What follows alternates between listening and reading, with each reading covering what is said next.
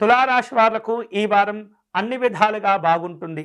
ప్రయత్నపూర్వకమైనటువంటి పనులన్నీ కూడా చక్కగా సమయానుకూలంగానే పూర్తి చేసుకుంటారు. లక్ష్యాలకు చేరువవుతారు. ఎప్పటి నుంచో ఆగిపోయినటువంటి పనులు కూడా ఈ వారం చేపట్టే సూచనలు కనిపిస్తున్నాయి. నూతన పరిచయాలు బలపడుతుంటాయి.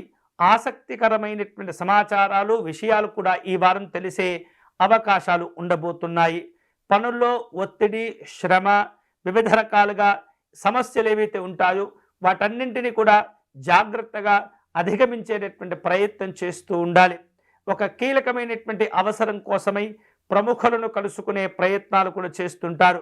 మీకు కలిగేటటువంటి ఆలోచనలు అన్నీ కూడా కార్యరూపం దాల్చగలుగుతాయి. కొద్ది మొత్తంలో ధనలాభాలను కూడా ఈ వారం మీరు పొందే సూచనలు ఉండబోతున్నాయి. పెట్టుబడులకు ఆకర్షితులు అవుతూ ఉంటారు. పెట్టుబడులు పెట్టే విధానంలో కొన్ని రకాల జాగ్రత్తలు తీసుకుంటూ ఉండాలి. నియమానుసారంగా మీరు పని చేసుకుంటూ వెళితే కనుక లాభాలు పొందుతూ ఉంటారు. అంతేకాని ఎవరో ఏదో పెట్టారు కదా, వారు లాభాలు పొందుతున్నారు కదా అనేటటువంటి ప్రలోభాలకు కనుక మీరు ఆకర్షితులవుతే మాత్రం నష్టాలు తప్పకపోవచ్చు. మీ అభిప్రాయాలను చాలా జాగ్రత్తగా, సున్నితంగా తెలియచేసేటటువంటి ప్రయత్నం చేయండి. వివాహాది శుభ కార్యక్రమాల్లో కొంత అనుకూలతలు ఉన్నాయి. పెద్ద మొత్తంలో ఆర్థికపరమైన సహాయాలు చేయటము, అప్పులు తీసుకోవటం చాలా ఇబ్బందులు కలిగించేటటువంటి అంశం. కాబట్టి అటువంటి శక్తికి మించినటువంటి హామీలు ఇవ్వటం, తీసుకోవటం అనేటటువంటి విషయంలో చాలా జాగ్రత్తగా ఉండండి.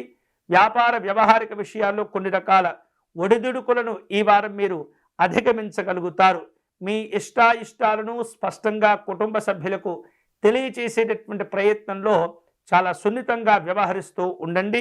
ఈ వారం తులారాశి వారు శుభ ఫలితాలను పొందేందుకై శ్రీరాముణ్ణి పూజించటం, రామనామాన్ని నిరంతరం జపం చేసుకుంటూ ఉండటం మంచిది.